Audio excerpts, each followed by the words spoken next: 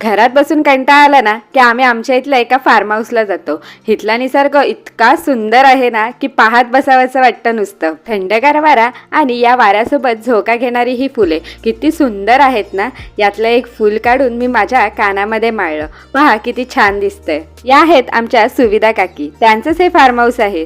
त्यांनी खूप छान मेंटेन ठेवलं आहे त्यांचं फार्म हाऊस. पहा झाडांना फळं पण आली आहेत छान छान. त्या मला एक फळ दाखवत होत्या आणि त्या फळाचं त्यांना पण आणि मला पण नाव माहित नव्हतं. तुम्हाला माहित असेल तर नक्की कमेंट करून सांगा. इथे त्या माझ्यासाठी गवार काढत होत्या.